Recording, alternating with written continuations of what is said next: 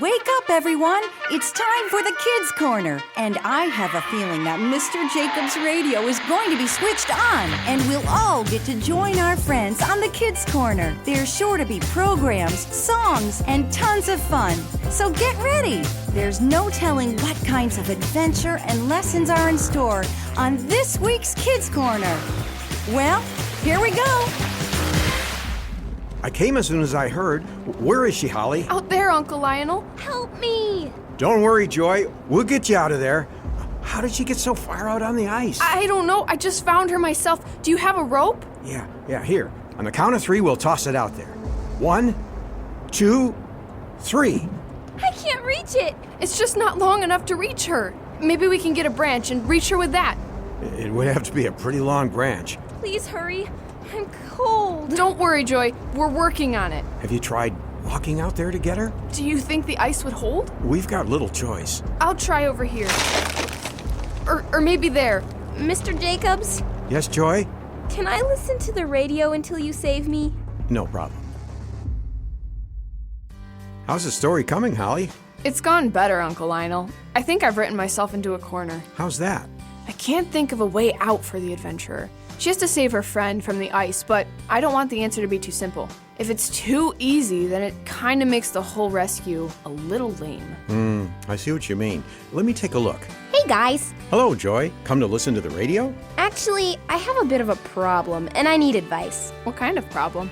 It's a school problem with a teacher. Homework too hard or something? It's not hard. It's impossible. I know what that's like. No, I mean like literally impossible. He keeps changing the assignments on us. What do you mean? It's like Thursday. He told us to study chapter 2 in our books. Then at the end of class, he told us we'd need to study chapter 3. And yesterday, he started asking us questions that are in chapter 4. Sounds to me like he made a mistake. I don't know. He seemed pretty mad that no one knew the answers. Did you talk to him about it? You haven't met Mr. Wormwood, have you? Is he as scary as his name sounds? Pretty much. That's an interesting... hold that thought. I'll be right back. Do you ever get the feeling that he does that on purpose? What? Get a phone call? No. Like when he's about to say something important, he gets interrupted. How would he do that? I guess you're right. It just seems to happen a lot. Then we have to listen to the radio until he gets back. Well... Sure, start it up. All right. Now, where were we? Joy was telling you about how her teacher is a little crazy, and you were about to give her some advice on how to deal with that. Thanks, Holly. Yeah, Mr. Wormwood has his good side, but it's hard to stay on that side, Mr. Jacobs. I understand. You had a hard teacher when you were a kid? Not exactly, but I have met people that were hard to get along with. I thought everyone got along with you. Unfortunately not. At least not when I first met them. But I found that with a little bit of patience and tact, I tend to be able to get through to people. Okay, I know what patience is, but what's tact? Well, it's figuring out how to say things in a way that will help people listen to you without hurting them or making them angry. How do you do that? It takes a little wisdom. We need to think how the other person feels and to treat them with respect. When we take time to plan our words and try to understand how the other person might see things, it can be the difference between a good outcome and a bad outcome, like it says in Proverbs 18:21. Have a drama script that can explain it a little better? I just might. I'll be right back. And now, from the garage of Lionel Jacobs comes the incredible drama, The Great Experiment, an adapted biblical proverb about using wisdom. Once upon a time, there were 2 chemists.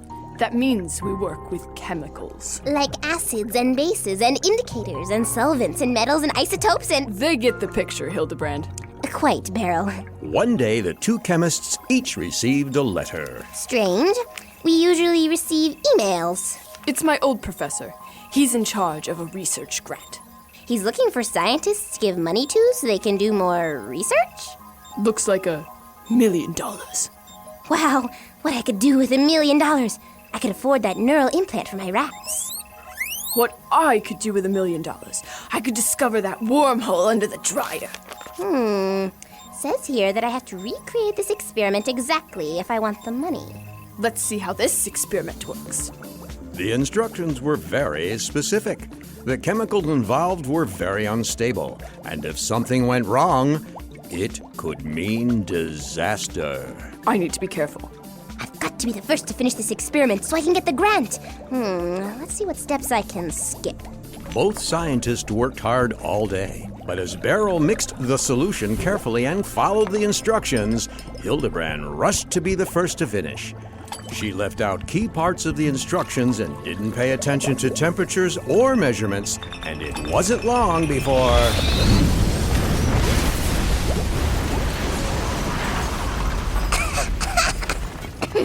Well, that's not what was supposed to happen. The moral is, there are some things in life that can go terribly wrong if we aren't careful. Friendships can be destroyed by a careless word. A life can be ruined by a single thoughtless act. That's why it's very important to think carefully about the things we do and say, because though they may only last a moment, the damage they cause can last forever. You girls look very thoughtful. Everything all right?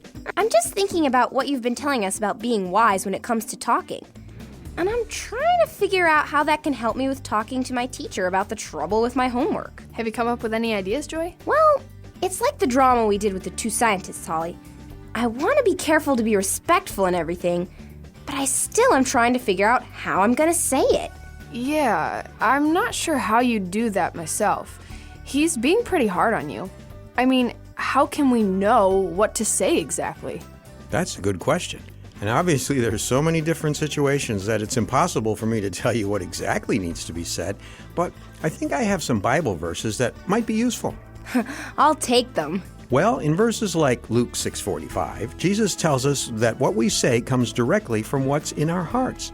If we're angry at someone or think they don't matter as much as us, then the words that come naturally from us are going to be disrespectful and bitter.